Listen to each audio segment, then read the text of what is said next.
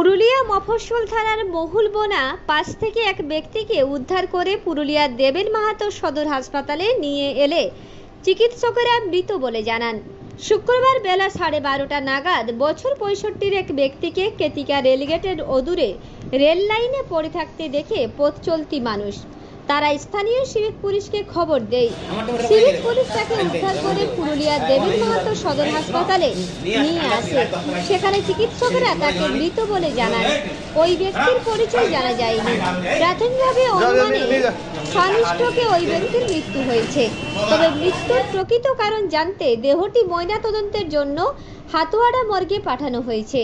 পুরুলিয়া দেবেন মাহাতো সদর হাসপাতালের deputy superintendent doctor Subhash Chandra Saha বলেন, একটি অস্বাভাবিকভাবে মৃত্যু হওয়া এক ব্যক্তিকে রাস্তার পাশ থেকে পুলিশ উদ্ধার করে হাসপাতালে নিয়ে এসেছিল। মৃত্যুর প্রকৃত কারণ জানতে দেহটি ময়নাতদন্তের জন্য হাতুয়াড়া মর্গে পাঠানো হয়েছে।